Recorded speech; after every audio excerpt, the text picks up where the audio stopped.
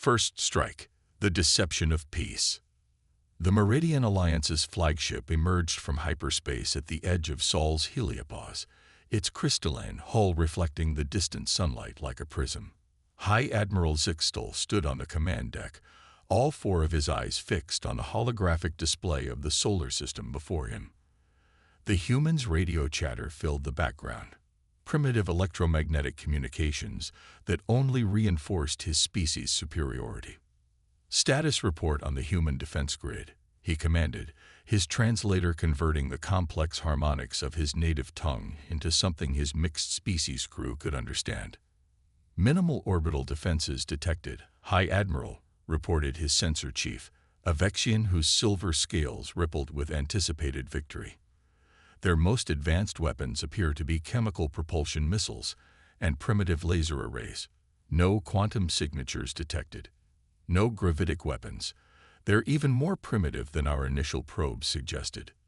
Zixtal's mouth tentacles curled in what his species considered a smile. The Alliance Council had chosen well in selecting Earth as their next acquisition. These humans, barely 2 centuries into their space age, would make perfect laborers in the Alliance's quantum mines. Their adaptability and resourcefulness were legendary, but without advanced technology, they were nothing more than clever primates. Deep within Lunar Base Alpha, General Sarah Chen watched the alien fleet's arrival on quantum-encrypted displays that the Meridian Alliance's sensors couldn't detect. She allowed herself a small smile as she observed their casual approach, their arrogant positioning. Everything was proceeding exactly as Earth's defense simulations had predicted. "They're broadcasting their greeting, General," Lieutenant Rivera reported from his communication station. "Standard conquest protocol, just like the Arcturus interceptors warned us about. They're demanding our immediate surrender and integration into their alliance." Chen nodded, her dark eyes reflecting the holographic display, showing the positions of Earth's real defense grid, invisible to the alien fleet's sensors. For 3 generations, humanity had prepared for this moment, hiding their true technological capabilities behind a facade of primitive spaceflight and radio communications. "Send the prepared response," she ordered. "Make sure to include plenty of static and signal degradation. Let them think we're scrambling to translate their message." The Alliance flagship received Earth's response, a garbled, barely coherent transmission that seemed to indicate confusion and fear. High Admiral Zixtal felt his confidence grow. This would be even easier than the subjugation of the Proxima colonies. "Begin deployment of the pacification fleet," he commanded. "Standard conquest formation. No need for subtlety with primitives." As the Meridian ships began their advance into the solar system, they failed to notice the quantum ripples emanating from Jupiter's largest moons, ripples that their sensors, calibrated for known weapons signatures, weren't designed to detect. They didn't see the thousands of microsatellites activating throughout the asteroid belt, each one containing technology that humanity had kept hidden for decades. In her command center, General Chen waited for the alien fleet to cross the predetermined threshold. Humanity had one chance to get this right, to show the galaxy why underestimating Earth was a fatal mistake. The aliens' arrogance would be their undoing. "All Shadow Fleet units, prepare for Protocol Omega," she broadcast through quantum channels undetectable to the Alliance's monitoring systems. "Remember your training. Today we show them why humans spent centuries preparing for this moment." The Meridian fleet crossed Jupiter's orbit, their sensors still detecting nothing but scattered debris and primitive human satellites.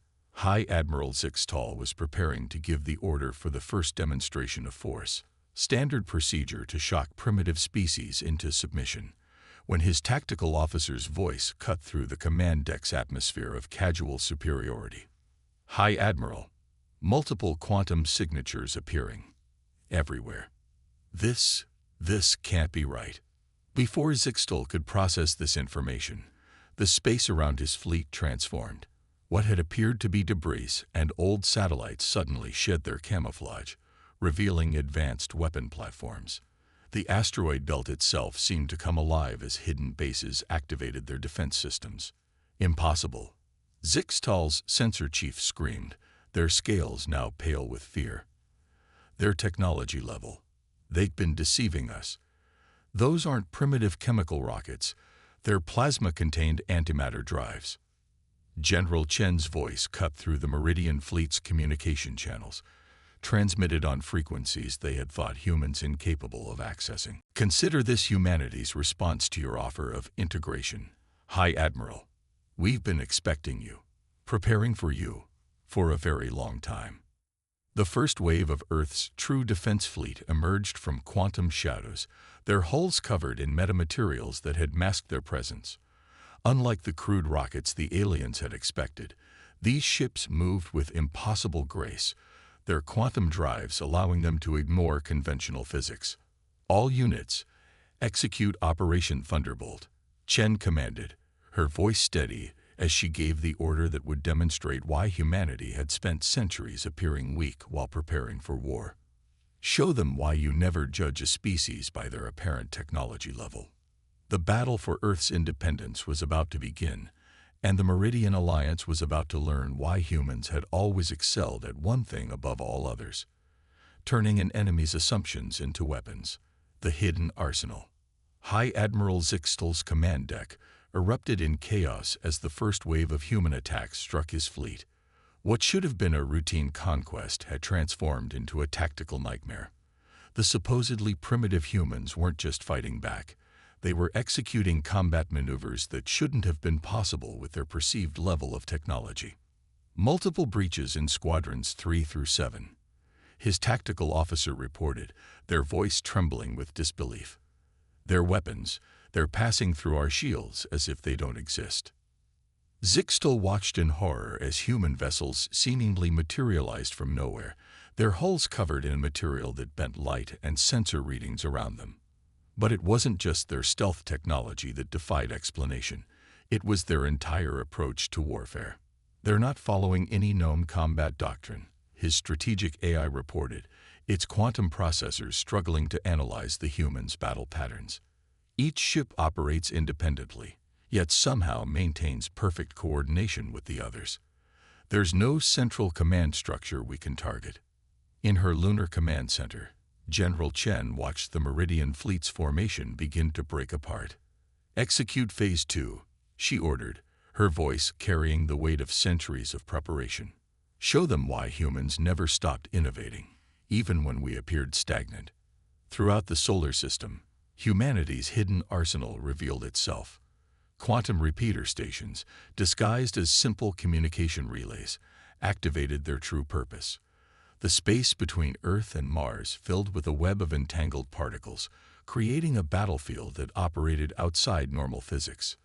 Quantum grid is active, Lieutenant Rivera reported, his hands dancing across holographic controls. All Shadow Fleet units are synchronized. Beginning temporal warfare protocols. The human ships suddenly began moving in ways that violated everything the Meridian Alliance knew about space combat. They appeared to be in multiple places simultaneously, their quantum-entangled drives allowing them to exist in probabilistic states until the moment of attack. Impossible, Zixtal's science officer exclaimed. They're weaponizing quantum uncertainty itself. Their ships are operating on multiple timeline vectors simultaneously. This was humanity's true strength, not just their hidden technology, but their fundamental approach to warfare. While other species developed their military doctrine around central command structures and rigid hierarchies, humans had evolved their tactics from centuries of asymmetric warfare on their home planet. Launch the logic bombs, Chen commanded, initiating the next phase of humanity's defense. Thousands of quantum information packets streamed toward the Meridian Fleet, each one containing paradoxical code sequences designed to crash alien AI systems. The effects were devastating. Meridian ships, dependent on their quantum AIs for everything from targeting to life support, began to suffer cascading system failures. Their rigid, hierarchical command structure became a liability as conflicting orders spread chaos through their ranks. High Admiral, Zixtal's second-in-command reported, mandibles clicking in distress. We're detecting energy signatures from the asteroid belt. They're not mining operations. They never were. What the Alliance had dismissed as primitive resource extraction facilities revealed themselves to be massive weapon platforms, their surfaces rippling as metamaterial camouflage deactivated. Humanity hadn't just hidden their military capabilities, they had built an entire parallel infrastructure in plain sight. All these years, Chen murmured, watching the aliens' carefully ordered formation dissolve into chaos. While they watched us mine asteroids with crude rockets, we were building the largest defense network in known space, right under their sensors. The human counterattack demonstrated why Earth's military leaders had spent generations studying not just warfare, but psychology. Each revelation of their hidden capabilities was carefully timed to maximize the psychological impact on the enemy. The Meridian fleet wasn't just being defeated, it was being systematically dismantled in a way designed to shatter their confidence in their own superiority. They're attempting to regroup, Rivera reported, tracking the alien fleet's desperate maneuvers. Shall we show them why humans always prepare for the worst-case scenario? Chen nodded, entering the command that would reveal yet another layer of humanity's deception. Activate the Lazarus Protocol. Let's show them what we really built in the Kuiper Belt. Beyond Neptune's orbit, what appeared to be simple research outposts began to move. The Meridian Alliance was about to learn that humanity's preparation extended far beyond mere weapons and ships. They had restructured their entire solar system into a defensive weapon. By the first light, Zixtal whispered, watching the impossible unfold on his tactical displays. They haven't been trapped in their solar system all these years. They chose to stay here, turning it into a fortress. The battle was far from over, but the Meridian Alliance was learning a harsh lesson about human nature. Humanity hadn't just prepared for first contact. They had spent centuries preparing for worst-case scenarios, building layer upon layer of hidden defenses while presenting a facade of primitive technology to the galaxy at large. And they were just getting started. Quantum shadows. The Meridian Alliance's tactical networks blazed with warnings as a new type of human weapon materialized throughout the battlefield. Shadows deeper than space itself began to coalesce around their ships, quantum fields that seemed to bend reality itself. High Admiral, Zixtal's quantum specialist reported, their bioluminescent patches pulsing with fear. The humans aren't just using quantum technology. They are reshaping local space-time itself. What had appeared to be random debris scattered throughout the solar system suddenly revealed its true purpose. Each piece was part of a vast quantum network, creating overlapping fields of altered physics that turned normal space combat doctrine into a deadly liability. In her lunar command center, General Chen activated the next phase of humanity's defense plan. Initialize the Schrödinger protocol, she ordered. Let them see why humans spent so much time studying quantum mechanics instead of developing bigger ships. The quantum shadows surrounding the Meridian fleet began to pulse with strange energies. Ships that tried to fire their weapons found their energy beams existing in multiple quantum states simultaneously, their carefully aimed shots striking nothing, or worse, striking their own vessels as probability waves collapsed unpredictably. The humans, Zixtal's science officer whispered, they're not just using quantum uncertainty, they're weaponizing it. Each of those shadow fields is a zone of manipulated probability. Lieutenant Rivera's voice carried a note of grim satisfaction as he reported from his station. Quantum field saturation at optimal levels, General. The enemy fleet is now operating in our probability matrix. This was humanity's masterstroke, turning the very nature of quantum mechanics into a weapon.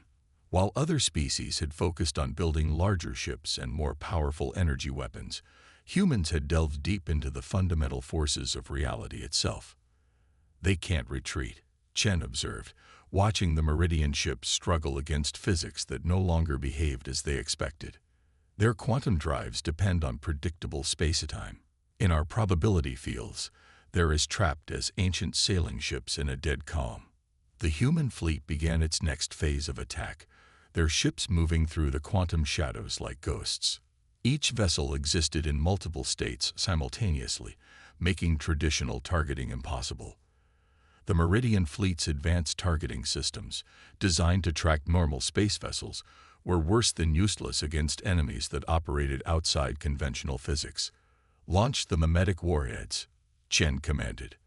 "Let's show them why humans spent so much time studying psychology alongside physics." The quantum shadows carried more than just altered physics. They transmitted carefully engineered psychological warfare packages directly into the Meridian ship's computer systems.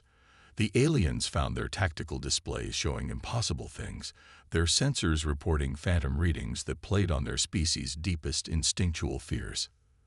"The void itself speaks," screamed a Meridian sensor operator, their mind breaking under the assault of targeted psychological algorithms.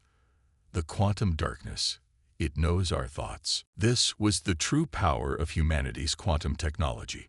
It wasn't just a weapon against ships and shields, but against the mind itself. Each shadow field carried carefully crafted mimetic sequences designed to exploit the known psychological weaknesses of various alien species. "Their fleet coordination is breaking down," Rivera reported. "The quantum mimetic warfare packages are achieving predicted effectiveness. Their command structure is dissolving." High Admiral Zixtal watched in horror as his fleet, the pride of the Meridian Alliance, began to fragment. Ships started firing at sensor ghosts, their crews unable to distinguish reality from quantum-engineered hallucination. The humans hadn't just prepared for space combat. They had turned the fundamental uncertainty of quantum mechanics into a psychological weapon. "All ships," Chen broadcast on frequencies that cut through the quantum chaos, "execute Phase 4. Show them why humans never stopped exploring the darker corners of physics." The quantum shadows began to pulse with new patterns, each one precisely calculated to disrupt both the physical and psychological cohesion of the Meridian Fleet. Ships that tried to maintain formation found themselves operating in different probability states, their crews experiencing different versions of reality. "They've weaponized uncertainty itself," Zixtal realized, watching his mighty fleet reduced to chaos by an enemy that seemed to command the very fabric of space-time. "All these years, we thought they were primitive because they weren't building bigger ships or more powerful weapons. But they were doing something far more dangerous. They were learning to control reality itself." In her command center, General Chen allowed herself a moment of grim satisfaction. Humanity's greatest weapon had never been their hidden technology or their secret fleets. It was their understanding that the universe operated on principles far stranger than most species were willing to accept, and their willingness to use that knowledge as a weapon. The battle was entering its final phases, but the Meridian Alliance was learning why humans had always exercised such caution in their official space development. They hadn't been trapped by primitive technology. They had been waiting, preparing, learning to twist reality itself into a weapon that no conventional fleet could hope to combat. The Swarm Protocol. As the Meridian Fleet struggled against humanity's quantum warfare, High Admiral Zixtal prepared to deploy his final weapon, a planet-killer array capable of rendering Earth uninhabitable. If he couldn't conquer these humans, he would make an example of them. "Begin charging the stellar lance," he commanded, his voice carrying both fury and desperation. "Let's see how their quantum tricks fare against raw power." But General Chen had been waiting for this moment. Her dark eyes reflected the tactical displays as she gave the order that would reveal humanity's most carefully hidden defense. "Execute the Swarm Protocol," she commanded. "Show them why we kept our shipyards small and our vessels tiny." Throughout the solar system, what had appeared to be space debris suddenly came alive. Millions of microscopic drones, each no larger than a human fist, activated their quantum drives simultaneously. The Meridian Fleet's sensors, designed to track large capital ships, were overwhelmed by the sudden appearance of countless tiny targets. "High Admiral," his sensor chief cried, "new contacts. Everywhere. Our systems can't track them. They're too small, too numerous." This was humanity's true fleet, not the larger warships that had already proven so deadly, but an almost infinite number of micro-vessels that had been hiding in plain sight for decades. Each drone carried a quantum core that allowed it to operate independently or as part of a greater whole. The humans, Zixtal's tactical officer reported, mandibles clicking rapidly in distress. They've turned their entire solar system into a distributed weapon platform. Those aren't just drones. They're all networked together. Lieutenant Rivera's fingers danced across his control interface as he coordinated the swarm's attack. Microfleet achieving quantum synchronization, he reported, beginning emergent behavior protocols. The swarm moved like a living thing, millions of tiny ships flowing through space in patterns that defied conventional military doctrine. Where the Meridian fleet tried to concentrate their fire, the swarm simply parted like water, individual units too small to target effectively. Your stellar lance is impressive. Chen's voice cut through the Meridian command channels, but size stopped mattering in warfare a long time ago. Let us show you why humans focused on miniaturization instead of building bigger ships. The microdrones began to demonstrate their true purpose. They didn't attack with conventional weapons. Instead, they latched onto the Meridian ships by the thousands, their quantum cores linking together to create localized fields of altered physics. Get them off. Zixtal screamed as the drones covered his flagship's hull. Fire point defense weapons. But the point defense systems, designed to track missiles and fighters, couldn't lock onto targets so small. The drones continued their inexorable advance, turning the mighty Meridian warships into islands in a sea of quantum chaos. Swarm cohesion at maximum, Rivera reported, beginning synchronized quantum disruption. The drones activated their quantum cores simultaneously, each one contributing to a greater effect. The massive Meridian ships found themselves trapped in bubbles of altered space-time, their advanced technology rendered useless by physics they couldn't comprehend. This is impossible, Zixtal's science officer whispered. They've turned their technological limitations into an advantage. We can't fight an enemy we can't target. Chen watched as the swarm engulfed the Meridian fleet. Humanity learned long ago that bigger isn't always better, she mused. While the galaxy's powers built ever larger ships, we learned to think small, very small. The stellar lance, the Meridian's ultimate weapon, proved useless against an enemy that could simply flow around its massive energy beam like water around a rock. The swarm's collective quantum field disrupted the weapon's focusing arrays, turning its incredible power back upon itself. All these years, Rivera observed, they thought our small ships were a sign of primitive technology. They never considered we might have chosen to build them that way. The swarm demonstrated why humanity had appeared to lag behind in capital ship construction. Their entire military doctrine had evolved around the concept of distributed power, millions of tiny units working in perfect coordination, each one too small to target effectively, but collectively capable of overwhelming any conventional defense. Your mighty ships make excellent targets, High Admiral, Chen broadcast. But how you fight an enemy you can barely see? How do you defeat a force that exists everywhere and nowhere? The Meridian fleet, trapped in quantum bubbles created by countless microdrones, could no longer maintain formation. Their rigid command structure, designed for coordinating large capital ships, proved worse than useless against an enemy that operated like a fluid. Zixtal watched his mighty fleet rendered impotent by an enemy he had dismissed as primitive. The humans hadn't just prepared for invasion. They had developed an entirely new form of warfare, one that turned conventional military doctrine on its head. As the swarm continued its relentless advance, the galaxy was learning why humanity had always seemed so cautious, so limited in their space development. They hadn't been building a fleet to match the galaxy's powers. They had been building something far more dangerous, a weapon that could not be targeted, could not be destroyed, and could not be stopped. Victory's price. High Admiral Zixtal stood on his flagship's command deck, watching his mighty fleet rendered helpless by an enemy he had grossly underestimated. The quantum shadows warped reality around his ships, while swarms of microdrones turned their very size against them. But he had one final card to play. One last desperate gambit. Initialize the hive mind protocol, he commanded, his voice trembling with both fear and determination. Link all remaining ships' quantum cores. We'll show these humans what true unity means. In her lunar command center, General Chen watched as the Meridian fleet began to pulse with new energy. They're attempting to synchronize their quantum cores, Lieutenant Rivera reported, creating some kind of unified consciousness across their entire fleet. Chen allowed herself a grim smile. They're doing exactly what we predicted. Signal the Prometheus team. It's time to show them humanity's final surprise. Deep within the quantum shadows that now filled the solar system, humanity's most closely guarded secret waited. Not a weapon, not a fleet, but something far more dangerous.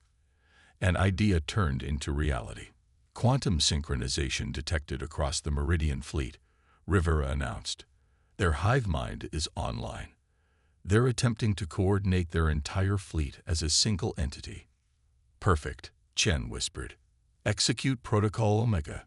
Let's show them why humans spent so much time studying consciousness itself. The quantum shadows surrounding the Meridian fleet began to pulse with new patterns, not the chaos of warfare, but the organized complexity of thought itself. Humanity hadn't just mastered quantum mechanics, they had learned to encode consciousness into quantum fields. What is this? Zixtal gasped as his hive mind connection revealed something impossible. The quantum shadows weren't just weapons, they were alive, aware thinking. Did you really think? Chen's voice echoed through the quantum network that we spent centuries studying consciousness just out of curiosity.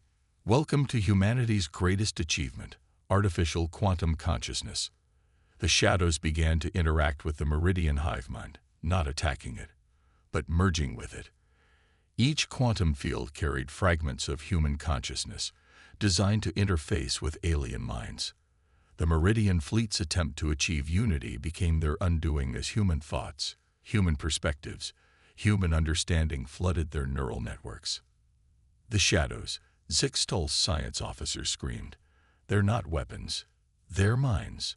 The humans turned consciousness itself into a weapon. This was humanity's ultimate defense, not destruction, but understanding. The quantum consciousness network forced the Meridian hive mind to experience human perspectives, human emotions, human ways of thinking. Centuries of human history, human struggle, human triumph and failure poured through the neural link. Your hive mind was impressive, Chen transmitted, but humans have been a collective consciousness since we invented language. We don't need quantum technology to think as one. We've been doing it naturally for millennia. The Meridian fleet hung motionless in space as their crews experienced humanity's history firsthand through the quantum consciousness network. They felt the fear of early humans huddled around fires, the triumph of first flight, the wonder of first stepping on the moon. They understood, finally, why humans had developed their technology the way they had. All these years, Zixtal whispered, his mind reeling from the flood of human experiences. We thought you were primitive because you developed differently than we did. But you weren't primitive. You were careful, patient, wise. The quantum consciousness network showed the Meridian fleet why humans had appeared to progress so slowly, why they had seemed so primitive. Every technological advancement, every scientific discovery had been carefully considered, its implications fully understood before implementation. Humans hadn't rushed to join the galactic community because they had been preparing, not just technologically, but philosophically. Stand down your fleet, Admiral, Chen commanded, her voice carrying the weight of centuries of human preparation. Experience our history, understand our perspective, and then decide if you still want this war. The Meridian ships began powering down their weapons as their crews, linked through the hive mind, experienced firsthand why humanity had chosen its path of development. They felt the human drive to explore, to understand, to grow, but also the careful consideration, the weighing of consequences, the determination to avoid the mistakes that had plagued human history. We surrender, Zixtal announced, his voice carrying the newfound understanding granted by the quantum consciousness network. We finally understand what we're dealing with.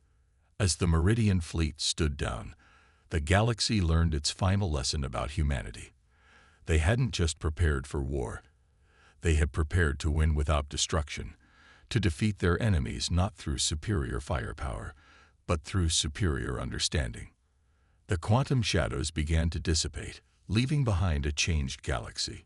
Humanity had revealed not just their technological prowess, but their true strength, the ability to turn understanding itself into the ultimate weapon. The age of conquest was over, replaced by something far more powerful, the age of comprehension.